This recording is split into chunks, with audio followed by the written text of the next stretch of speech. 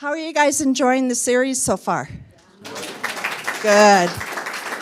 Good. It's been amazing. It's been amazing. We have had so many great speakers here. Tonight, I'm going to introduce the moderator for our panel. Evan Barrett spent his career working in Montana economic development, government, politics, and education. He is an award-winning producer of Montana history videos, who continues to write columns and commentaries and occasionally teaches Montana history.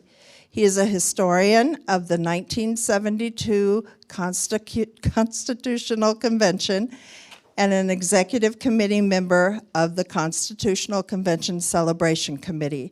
And I know this because I kept calling him and asking him questions. So he's going to be our moderator tonight. He's going to keep our rowdy panelists in line. So please welcome Evan Barrett.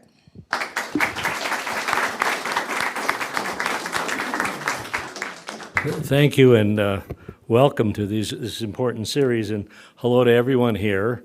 Welcome to you as Montanans, and for so many of you, welcome to you as friends. Montana is a small town with really long streets, and it's never evidenced more than when we start getting together and say, well, hey, gee, look who's there. It's kind of like Casablanca, round up the usual suspects. In any case, this Constitutional Convention celebration of 50 years is an incredibly important event in the history of Montana.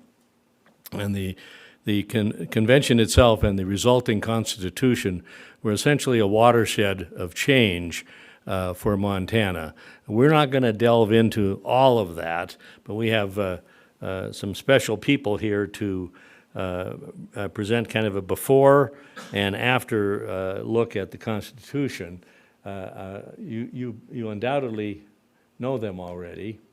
Dorothy Bradley and Bob Brown. Now, Dorothy spent eight cycles in the legislature, and she took a break in between to get her law degree, to do a number of other things, including running for governor, which she narrowly missed on, and has done so much since then in so many different areas. But Dorothy will be one of our speakers.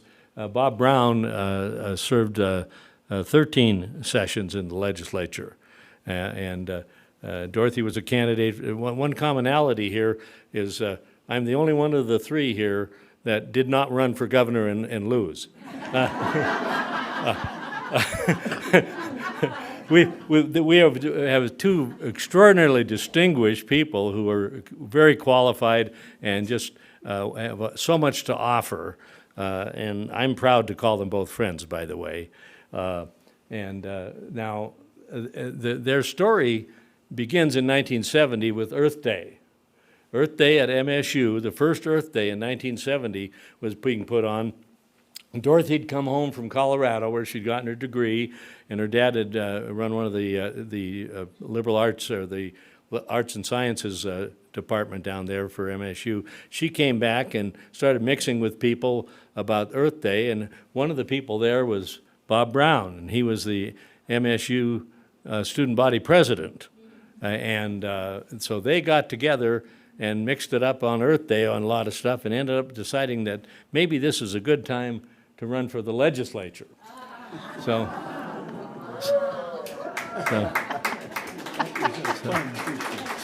in 1970, they announced their filing together that they were going. So here we are together now, 52 years later.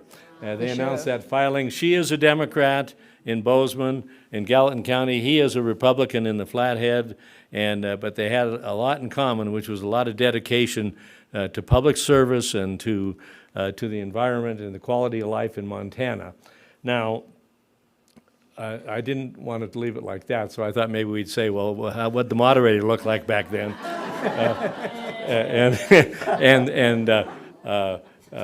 When we talk about bringing history forth, these two individuals bring it back not from reading books, but from living it. And it's always best to hear the history when it comes from someone who's gone through it. And so Right now, let's welcome up here Dorothy Bradley and Bob Brown, and we'll get the ball rolling. What?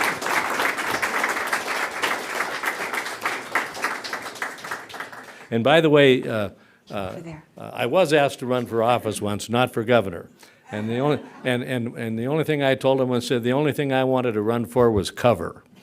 So, okay, we need to. How do we shut this off? I guess one more. One more. There we go. Okay, now we're set. Now we're set. Again, a little context as we get started here. In 1970, when they ran for the legislature for the first time, they both won. In 1970, also on the ballot was a question, shall we have a constitutional convention? And so they were both elected, and the 65% of the people in Montana said, yes, let's have a constitutional convention. We could do many hours on why people voted enormously for that, but we're not going to spend our time on that. But out of that 70 election came the 71 session. And in the 71 session, they were freshmen, and we'll talk about the way that session operated and some things there. And then, of course, emerging from that 71 session was the elections in 1971 for the Constitutional Convention. And so those took place.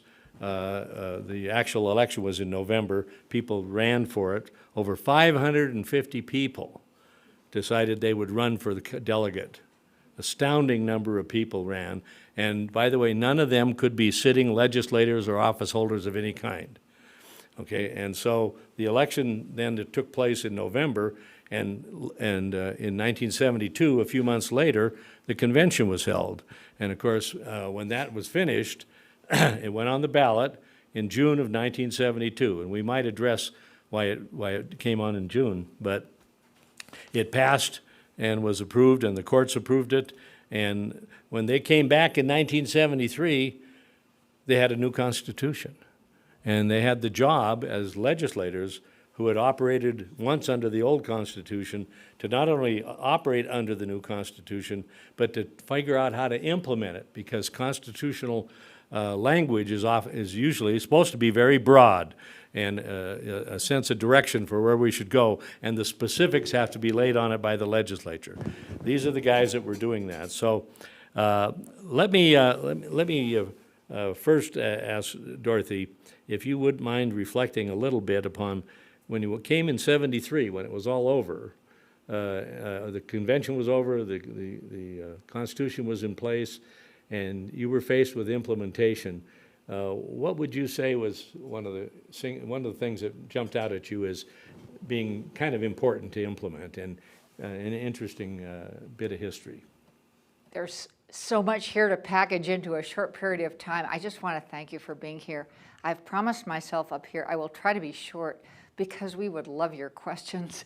And it is so easy to talk about this for 2 hours and not leave time, so I'll do my best. I do remember, Evan, that one of the better things, mixed blessing I suppose, but one of the better things was that legislators weren't allowed to run for the con-con. And one of the things I noticed wide-eyed is that I had been the only woman in the House in 1971. In 1972, in the con-con, almost a fifth of the delegates, almost 20%, were women. And I thought, remember that. Remember that when you give people a chance to get into it, they will surface and jump in. And they were, every single one of them were great leaders. I wanted to maybe reflect on a couple of things. I mean, sit down and read this document sometime. I remember Delegate Maynann Ellingson saying, Bob Campbell, also a delegate who recently, unfortunately, died before our 50th celebration. He talked about this in high school and junior high classes and give everybody a copy of the Constitution. Pick it up. It is such good reading. It is easy. You can go through it and you say, wow, I didn't know this. To me, two of the things that have been slightly forgotten, we talk about participation and some of these other things, but one is the equality of sexes study that came on the end of the Constitution, and the other is the Commission on Local Government. So I'll just maybe, Evan, first start with the, Well, if you want to start with the equality of sexes, now that emerged as an implementation of, these were both and implementations. it was to implement the dignity, individual dignity provision that that essentially said, well, why don't you go ahead with it? Well, it's the Declaration of Rights, and it's the Inalienable Rights. And one of the first most amazing things, it isn't just that the government can't discriminate against people on the basis of gender or religion or culture or whatever, but neither can any private party, person, institution, corporation. As far as I know, that's pretty unique. It was something extraordinary that the delegates put down. And so saying that you could not discrimination on the basis of sex instituted a 2-year interim study in the legislature chaired by legislator Representative Dan Yardley from Livingston to take out of our statutes all references that were unequal. And they came up with a package of about 12 bills to take bias out of Montana law. And one of the things I thought was most remarkable is that at this time, when Dan Yardley was running this thoughtful, gracious, probing study on equality of sexes, the country was raving about the Equal Rights Amendment. And I look back at some of my old speeches that I gave then. You know, what were we talking about? The fear that same-gender bathrooms were going to devastate our society. I mean, of all the things that we were talking about then. But Dan Yardley's study came up with a calm package of 12 bills, and we doled them out so that different people could introduce different ones.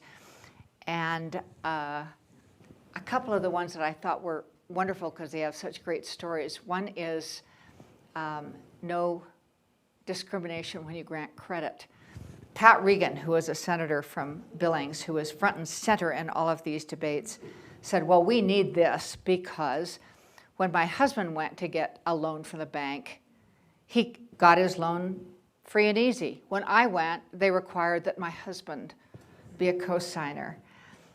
She carried the day, got no discrimination on the basis of credit. And of course, it's supposed to be based on collateral and character and those kinds of things. Another one which I really loved, and I could go on forever, was a provision that was called mutual support, which said it is the obligation of spouses to support each other. And out of that, of course, comes what happens with property in the case of division. And when all of these laws passed, there was a phenomenal Supreme Court decision in 1977 over, I can remember this, a ranch in Miles City, where the court determined that the contribution of the woman in the household as wife and homemaker was equal to the contribution of the manager and laborer.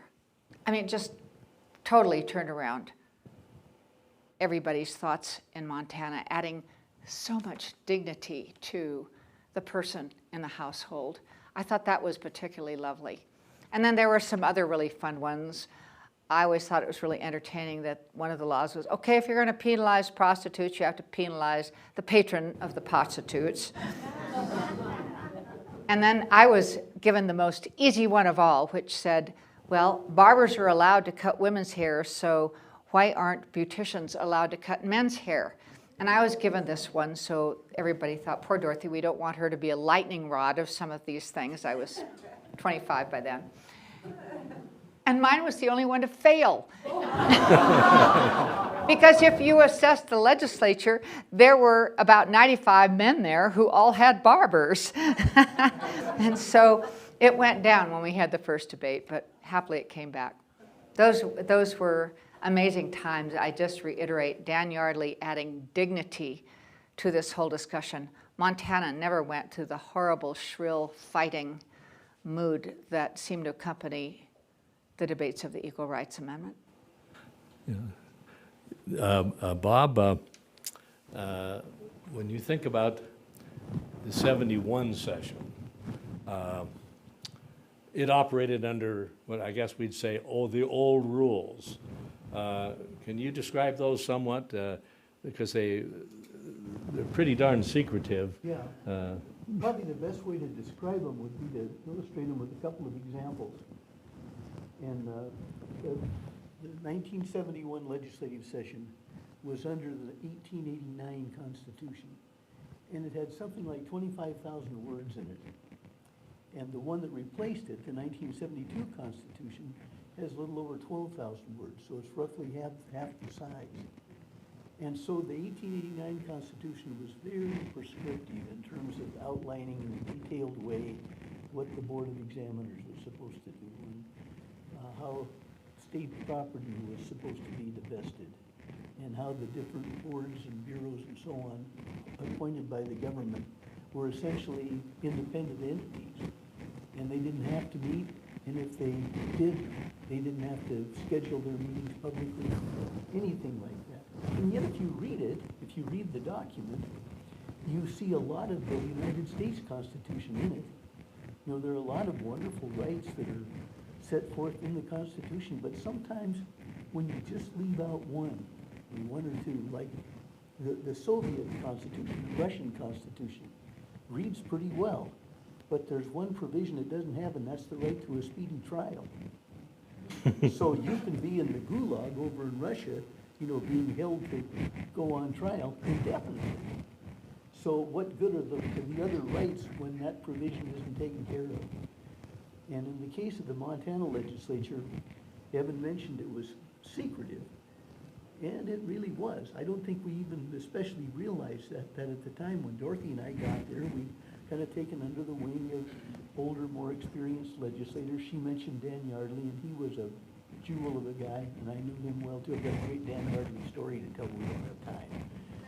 But there were others. Dorothy, I'm sure, would remember Matt Himsel from up at in the Flathead, who was kind of an important mentor of mine. And they just kind of filled us in on the ropes.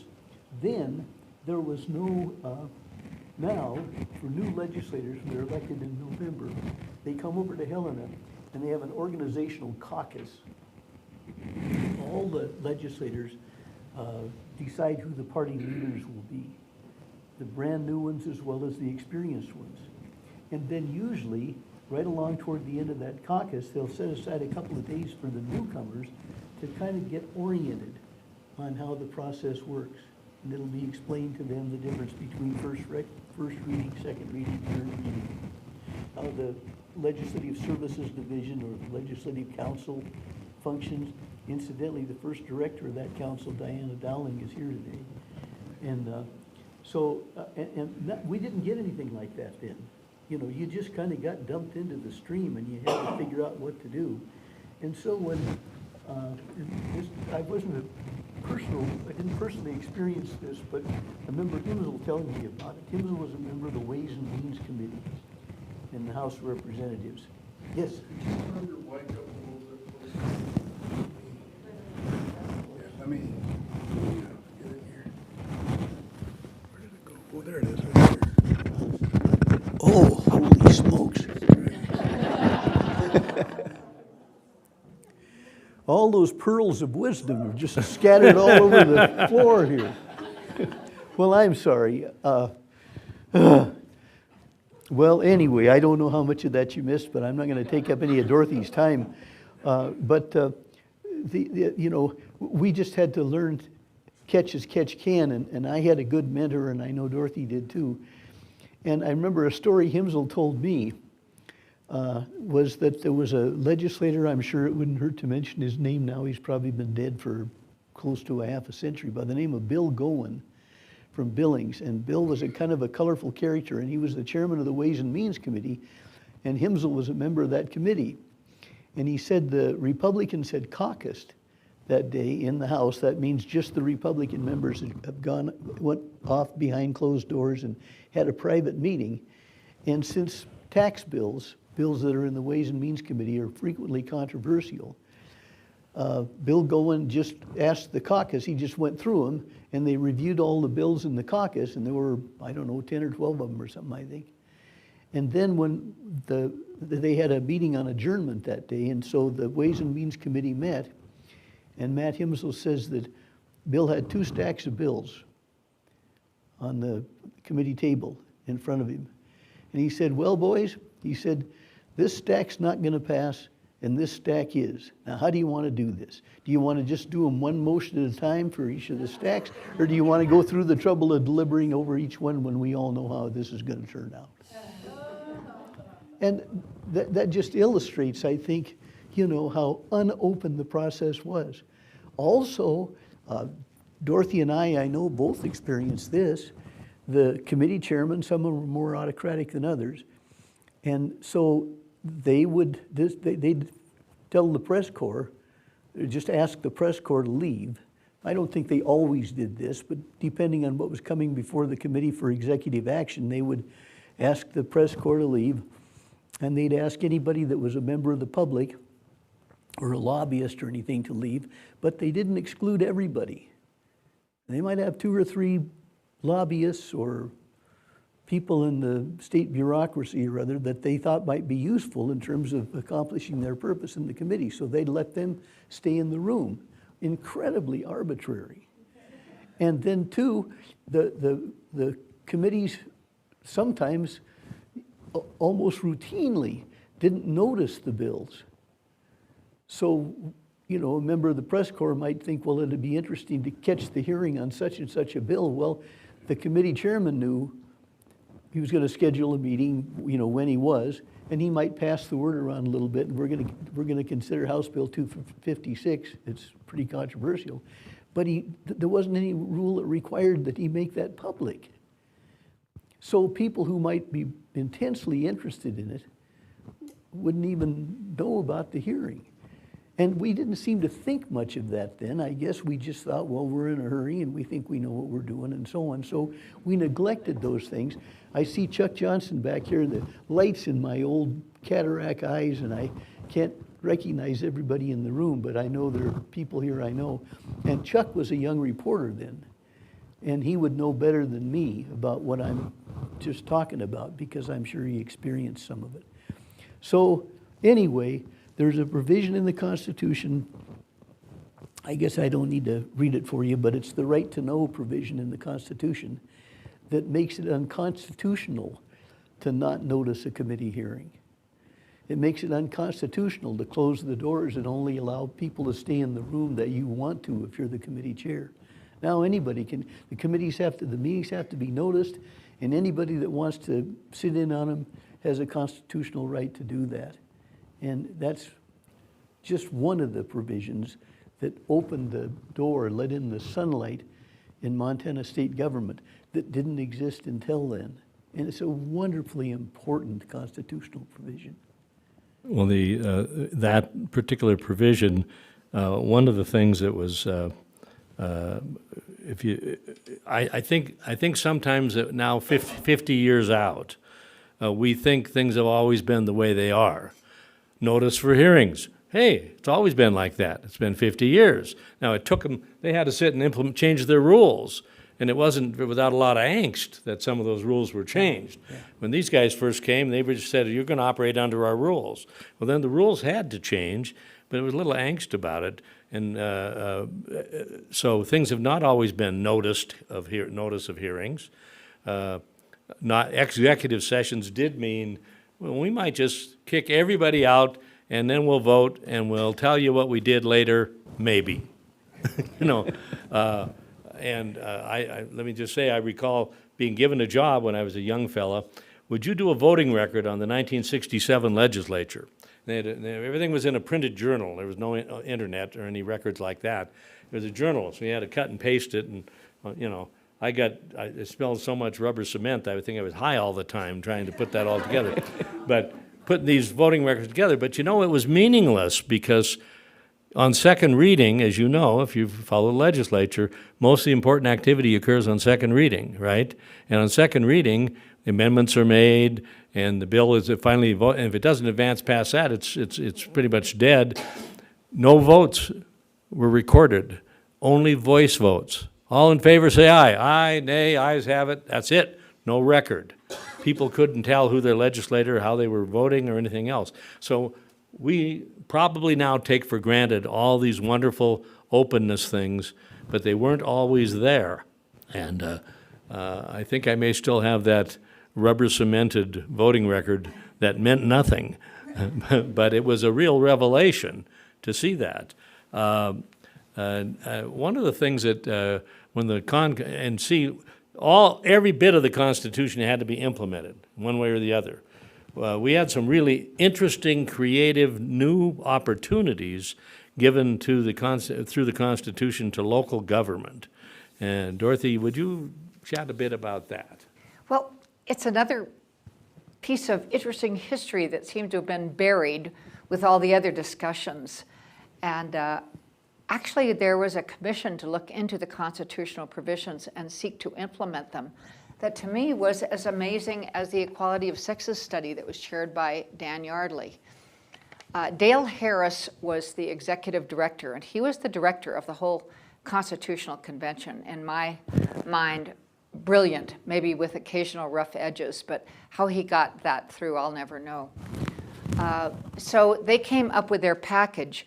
And in the Constitution, when you read about government, you will see that one of the mandates in the Constitution is to set out the options for local governments, counties, cities, towns, and so forth. And it says you can either pick this option, or if you want, you can do a charter, and if you really want, you can adopt self-governing powers. And I'm trying to think, what in the world made this so controversial? I don't remember. I just remember that it was.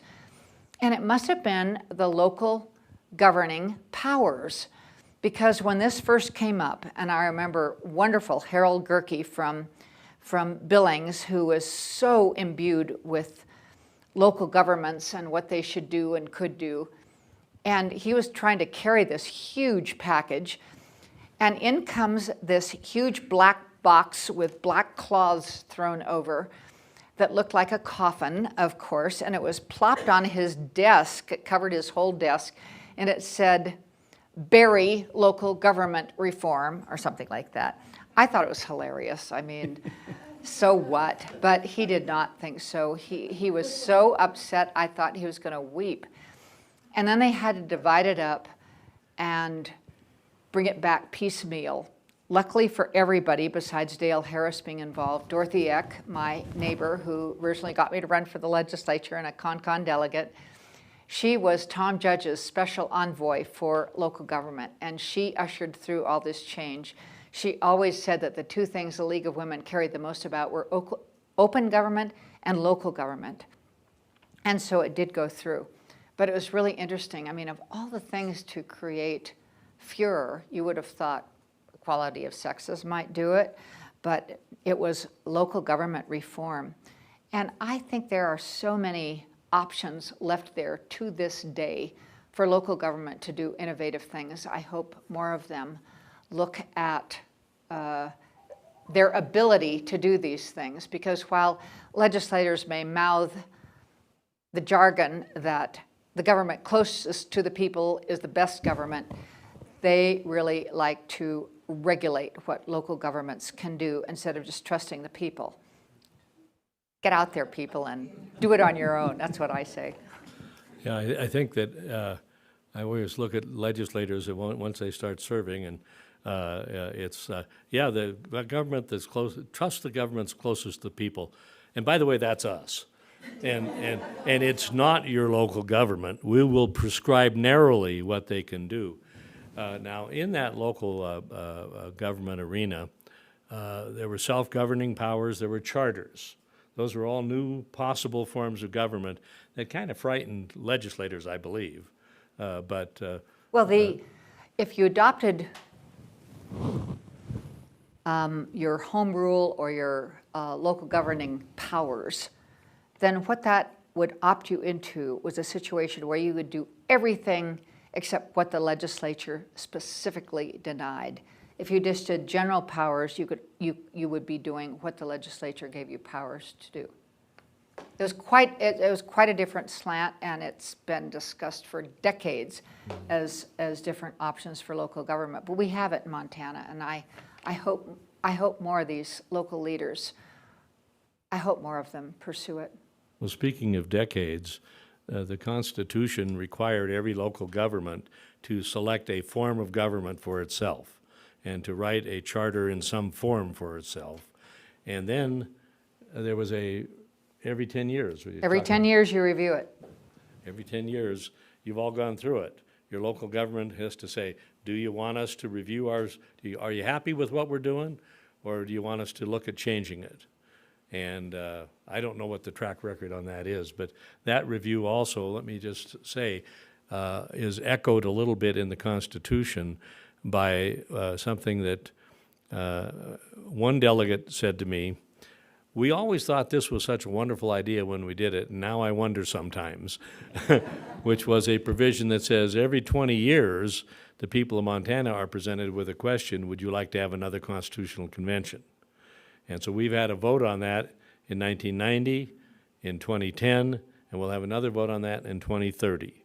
So it's something to keep in mind, and one of the things that I personally feel is that Montana is in need of a very good civics lesson about our Constitution, and hopefully we'll have the time between now and 2030 to do that.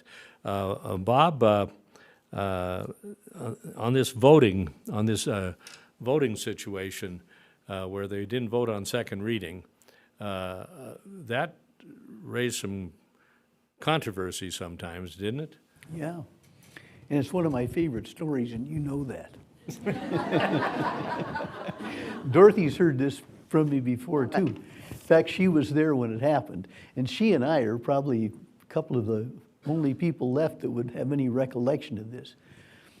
But you have to remember what Evan just said. It used to be that the second reading, the big debate stage in the legislative process, was not a vote of record. It was just an anonymous kind of a thing. And so the story goes that I was there, I'd been in the legislature for 2 or 3 weeks, and I was going to be one of the legislators that read all the bills. So I asked that all the introduced bills be distributed to my desk, having no idea what I was asking for. Usually, you just want the bills that come to your desk to be those that have already been approved by a committee and recommended to the floor. You don't want to have to try to read everything that's been introduced in every committee that you may never see or have a vote on anyway. But I didn't know that. And so I had no office. None of us did.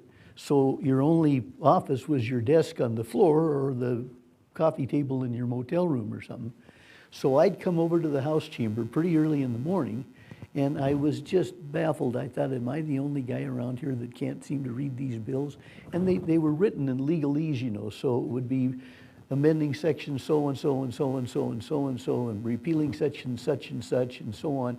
And there was a set of the legal codes there, and you could try to reconcile the bill with the code, but it just made you suicidal, you know. You just couldn't do it. And so I was feeling sorry for myself, but there was, you know, I didn't see anybody else there, and I thought, well, these guys must all really, you know, picked up on this better than I have. The one guy who was in the House chamber with me was a great, big, broad-shouldered guy who sat 2 rows in front of me. And he was known in the legislature as Big Ed Smith, and he later ran for governor. So this guy, I caught him out of my peripheral vision, but he came into the House chamber up by my left side, and he was a very striking looking guy. Some people here might remember him, I'm sure Chuck does. He had kind of silver white hair and kind of a ruddy complexion, and he was a good physical condition and that sort of thing. He'd been a much decorated officer during World War II. About 6'7", wasn't he? No, this was Everett Shuey. Oh, you're talking about Ed. Yeah, so Ed wasn't a big guy, but he was an imposing looking guy. So, but Smith was the big guy. So Everett went down and sat next to Ed Smith, and neither one of them said anything. And that, you know how sometimes silence can be deafening? And it seemed like, to me, it looked like a kind of an uncomfortable situation. And then Shuey said to Smith, Ed, you going to amend that bill of Osbornson's on second reading today? And Ed said, I think I'm going to give it a try. And then Shuey became really threatening. He said, look, we've got a deal on that. There's been an agreement. And that's the way this bill's going to pass. And you're creating a lot of trouble over your amendment. Just let it go. And Ed said, well, I don't think it's a fair agreement. I think it's too one-sided, and I'm going to go ahead and offer the amendment. Then Shuey said something to the effect, well, look, we'll make trouble for you politically and in any other way we can if you persist with this damned amendment. And we'll for sure kill it. And I remember Ed said, well, you going to kill it over in the Senate? And he said, never mind, we're going to kill it. And you just might as well know that. And then he got up and walked out. Well, my little freshman ears were just burning, man. I couldn't imagine what I just heard. And so I went up to Smith and I said, who was that? And what was that all about? And he said, well, I used to know that guy. His name is Ev Shuey, and he said he used to lobby for the wool growers, and I raise a lot of sheep, so I knew him from then. And I said, well, where does he get off threatening you with what he's going to do to you? He said, I'm not afraid of him. He said, we've known each other for a long time, and he's not going to do anything to me. And he said, I don't know if I've got the votes to pass the amendment or not, but I'm sure going to give it a try. Well, I didn't know anything about the issue, nothing, And I said, well, whatever this is, you've sure got my vote on this thing. So we came into the session that day on the second reading, and the Montana Power Company liked the amendment that had been negotiated between Montana Power and the Sun River Electric Co-op. But Smith, coming from electric co-op country up in the northeastern part of the state, thought it was a lousy compromise, and he wanted to put more teeth in it for the co-ops. And so that's what the debate was about. Well, it was a pretty good debate. It went back and forth, and then when the roll was called, turned on the board, and Smith's amendment had carried by one vote. And one of the guys came up in our conversation earlier today that was a big man in my life, was a well-known corporate attorney in Kalispell by the name of Jim Murphy. He was chairman of the Judiciary Committee and highly respected lawyer. And so the guy in the chair was holding up the vote. I don't remember who was presiding. It might have been Oscar Quallen. But anyway, the chairman of the Committee of the Whole wanted the bill to pass. The Republicans had the majority, and the guy we had up in the chair was a Republican. And so what you do is you say, has every member voted? Does any member wish to change his or her vote? If not, the clerk will record the vote. And then they turn off the voting machine, and then the vote total and the names go up on the voting board. Well, whoever did that took as longest possible time it's ever been to do that. Has every member voted, and while he was doing that, they were all looking at the board and trying to figure out what happened, because the Butte Democrats and the Anaconda Democrats generally voted for the company, and there were some prairie populist Republicans such as Ed Smith who generally didn't.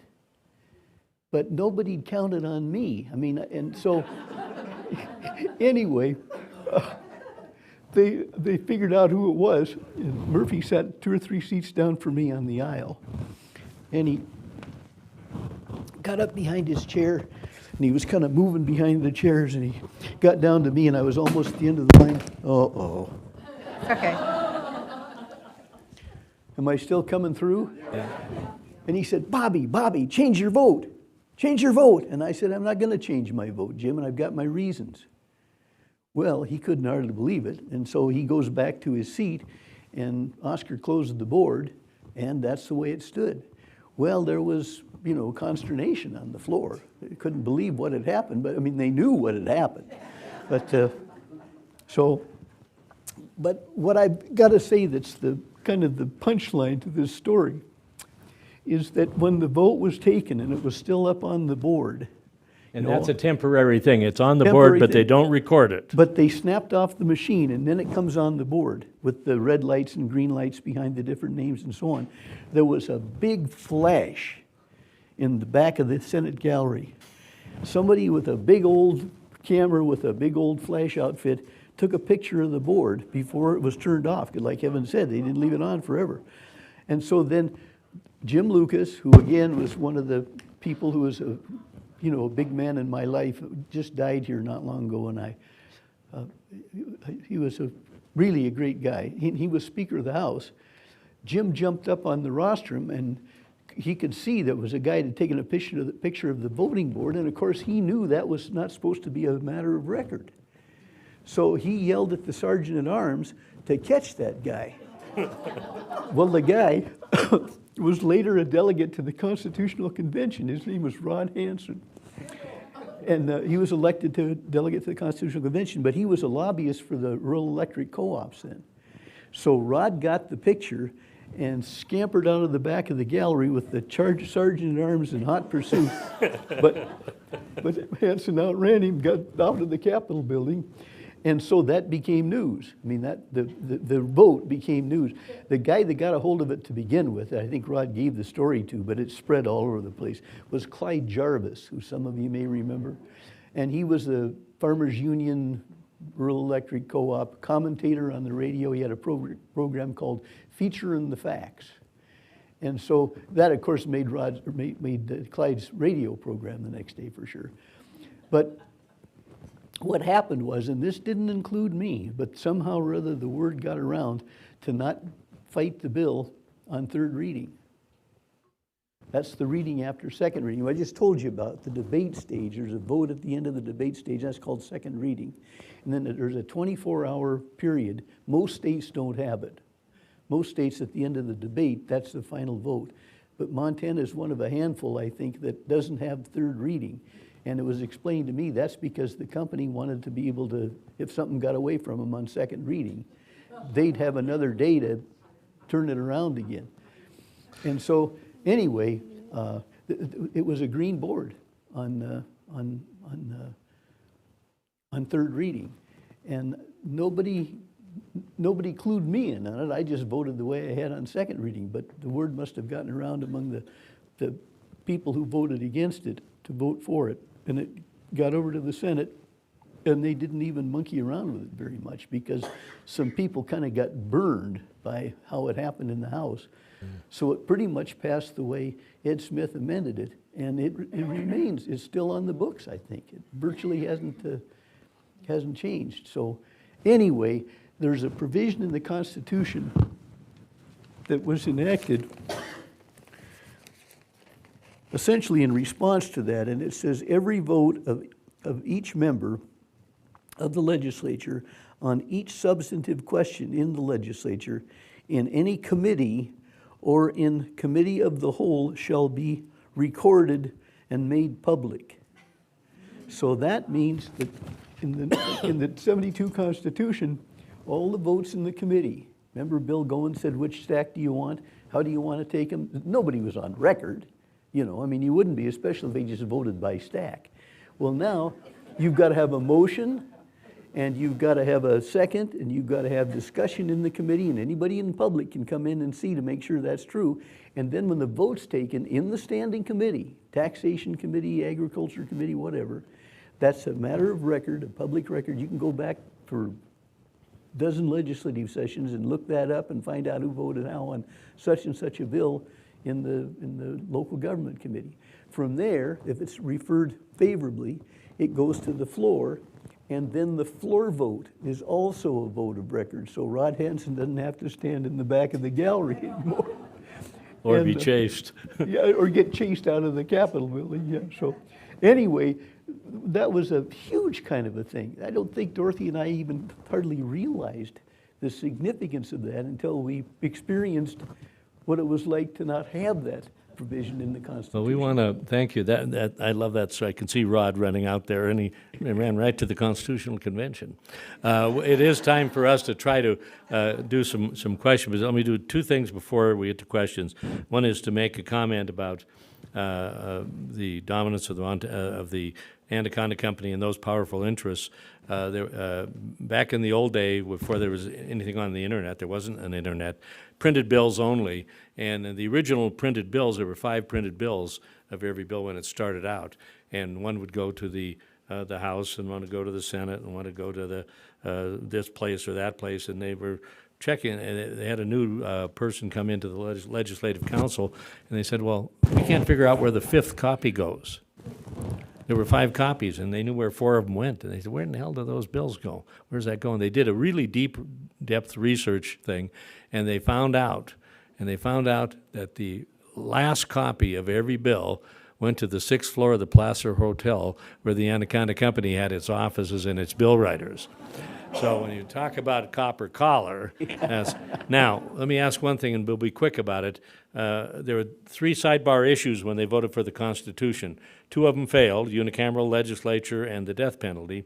Okay, they not having a death penalty. But one of them passed, which was gambling. The legislature in the 89 said, the Constitution said, no gambling, that's it, nothing. And the one that passed was put on the ballot, said, you can have gambling that the legislature allows you to have it. You would give a quick comment on what that meant, Dorothy? What it meant is that in my entire lifetime in the legislature, every time we met, there was a bill to expand gambling. Yeah. So when next time you go down to one of those machines, if you do that, remember, they didn't used to be able to do that, absolutely. Now, we have time here for questions. We want to take as many questions as we can. Deb has got a microphone. Is this elicited any questions? Or do we have to keep talking? No.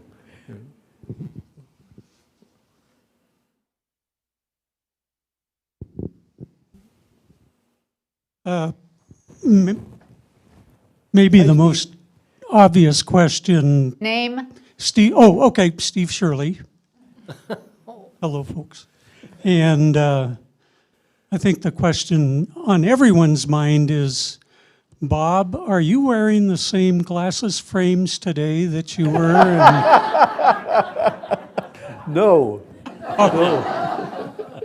Okay, my serious question is this.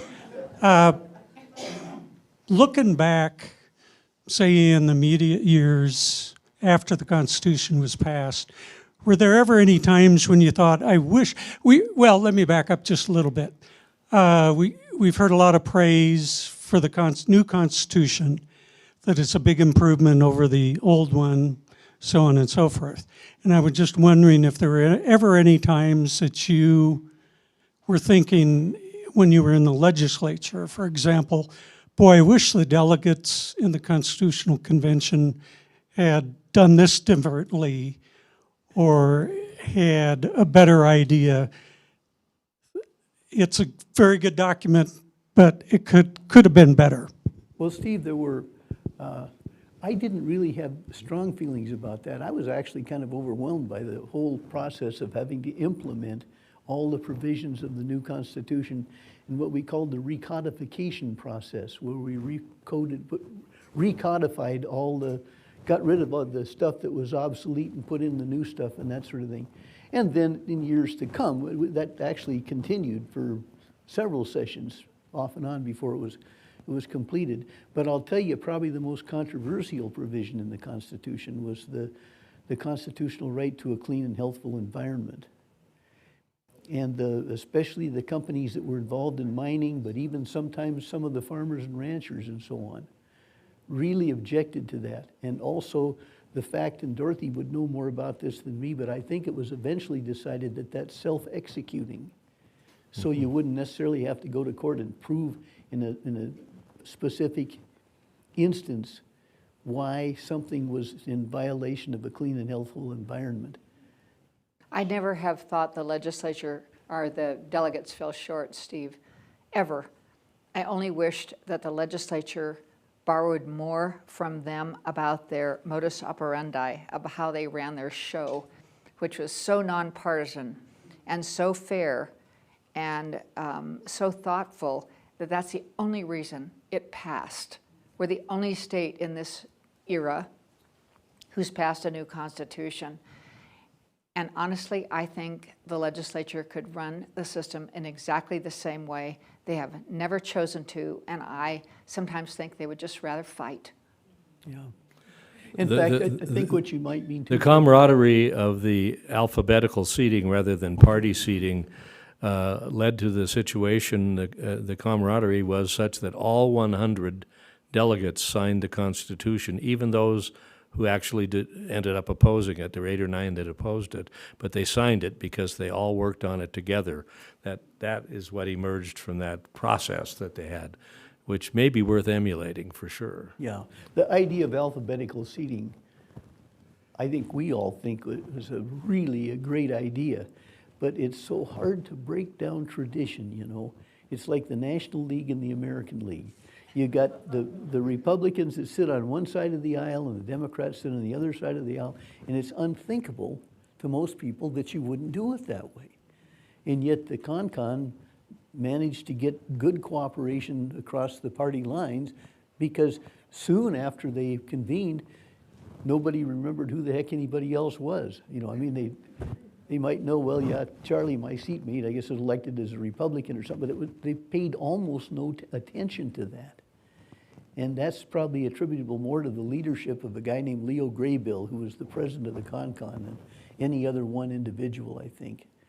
But boy, that was important to the success of the Constitutional Convention, and the legislature could learn from that. Larry's got a question. Catherine Ortwine. And I so appreciate this presentation and the others that you've done this month. I would like to ask the two of you, what do you see as the greatest threat to this Constitution that we hold so dear?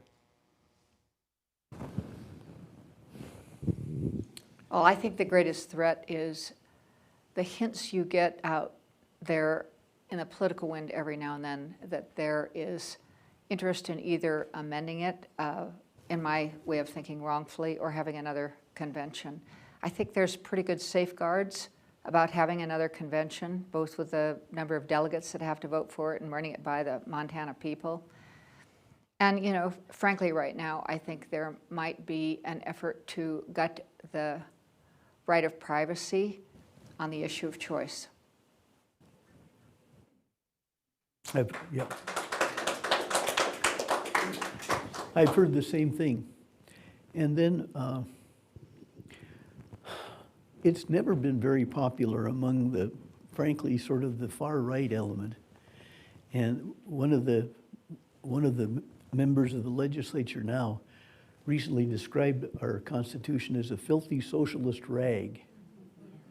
And I probably shouldn't tell you his name, but his initials are Derek Skis. Maybe a name to remember. And so anyway, if we had to vote on it this year, I think we'd have our hands full. Fortunately, the 20 years don't expire until 10 years from now. And so one of the good things about this being the 50th anniversary of the Constitution is that there's a lot of attention being focused on it, a lot of good publicity.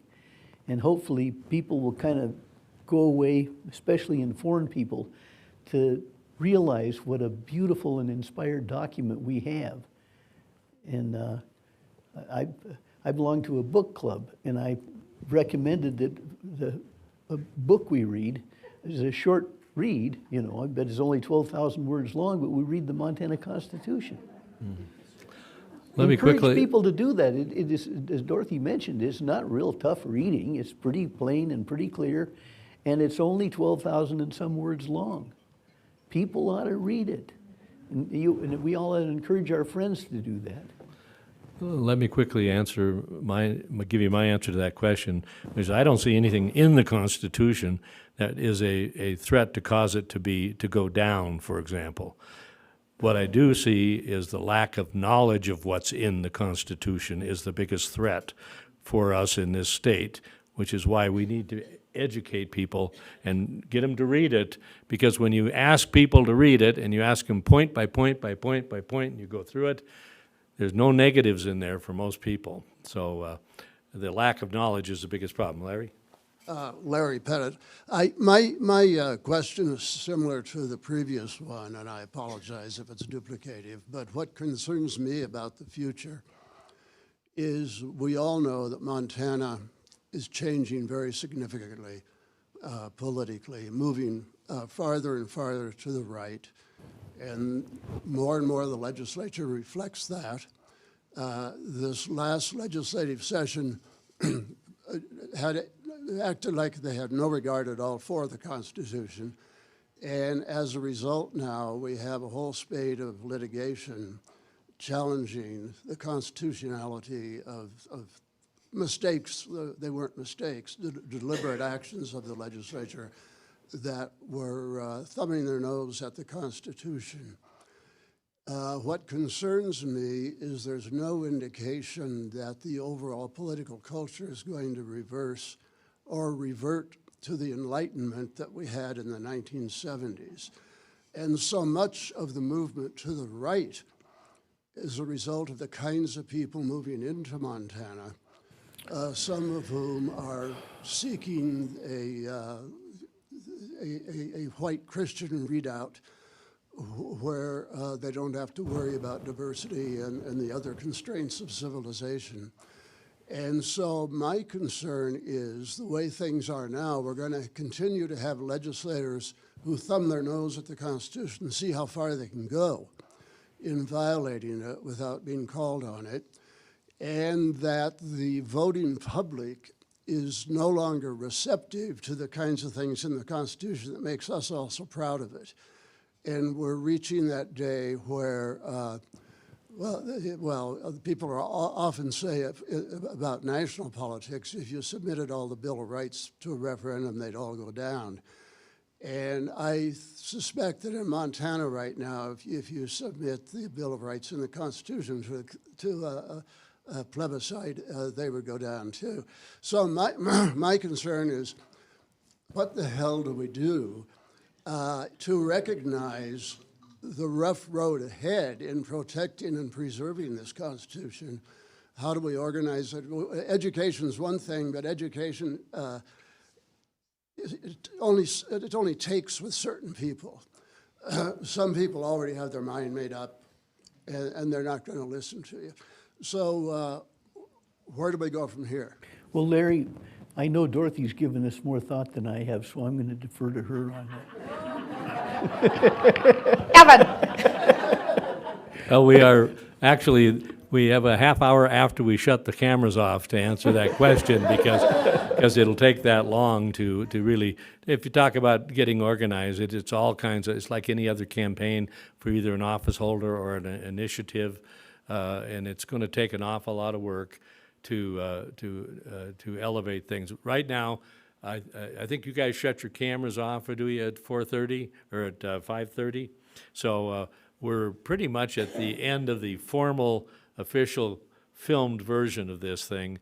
And I guess on behalf of these two wonderful panelists, we want to thank the Historical Society for this opportunity to talk about the 50th anniversary and our wonderful Constitution, and thank each of you as citizens for your interest in this and your vigilance in trying to make sure that Montana has good government, and a government of laws, not of men or women. But we have a government of laws, which we do have today. So thanks for your vigilance, too, and your involvement. Thank you to the Historical Society. Thank you, guys. Thank you. Would you like to mention what's going to be going on at the Capitol? Would you like to mention what's going to be going on at the Capitol? Well, on the 15th and 16th, the formal ceremonies, if you will take place, and we hope you will all come to those. Chase down, if you haven't found it, we'll try to figure out how to make sure you can chase down a sign-up. There's an electronic sign-up thing. There's 2 solid days of activity. Starting with the morning of the 15th, which is a Wednesday, with the roll call. And this is a wonderful thing that happens, that every 5 years that they call the roll of all the delegates. And you know, the delegates out alphabetically.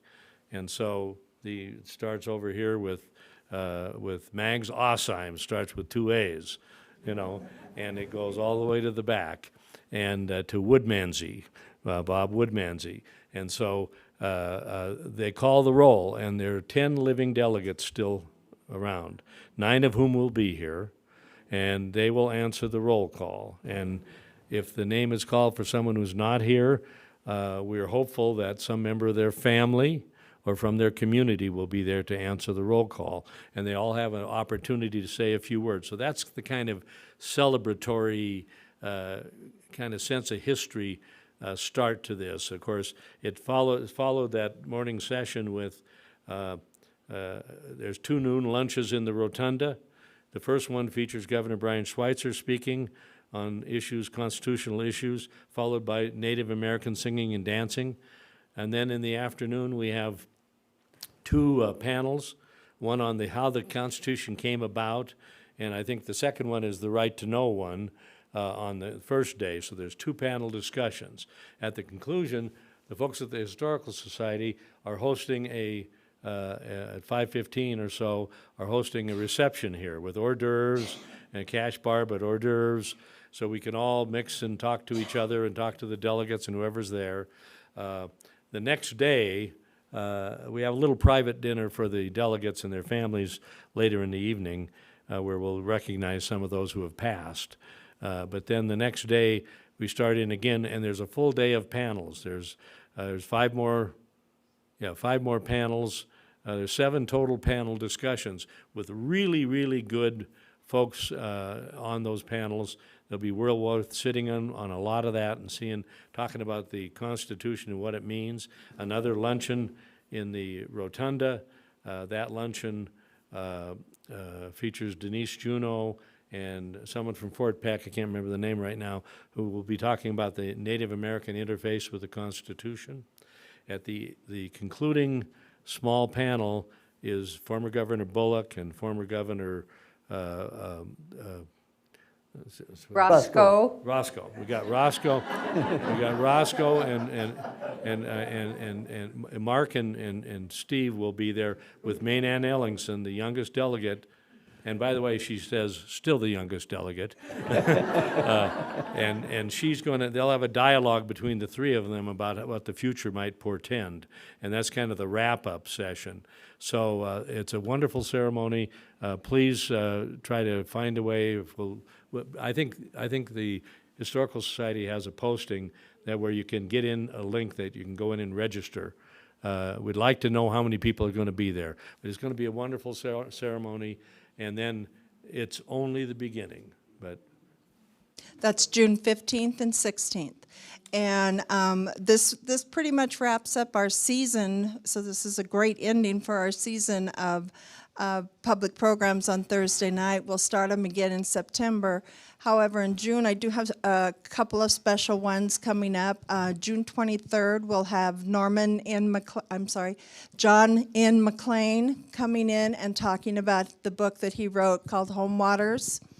And it kind of parallels the book that his dad wrote, A River Runs Through It. So we'll be selling the books for him, and he'll be here to sign those. So join us for that, and join us for the celebration, and look forward to seeing everybody again. okay, thank you.